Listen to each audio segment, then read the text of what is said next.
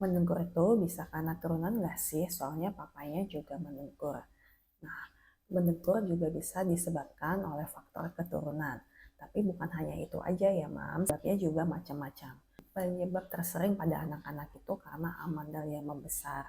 Dan bisa juga karena alergi, anaknya lagi pilek, hidungnya jadi tersumbat, kelainan anatomi mulut, misalnya memiliki langit-langit yang lebih rendah, posisi rahangnya salah akibat otot yang tegang.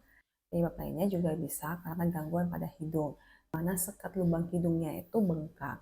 Gugur juga bisa disebabkan oleh obesitas pada anak, di mana terjadi timbunan lemak di sekitar tenggorokan sehingga jalan napasnya menyempit. Semoga ini bisa membantu ya.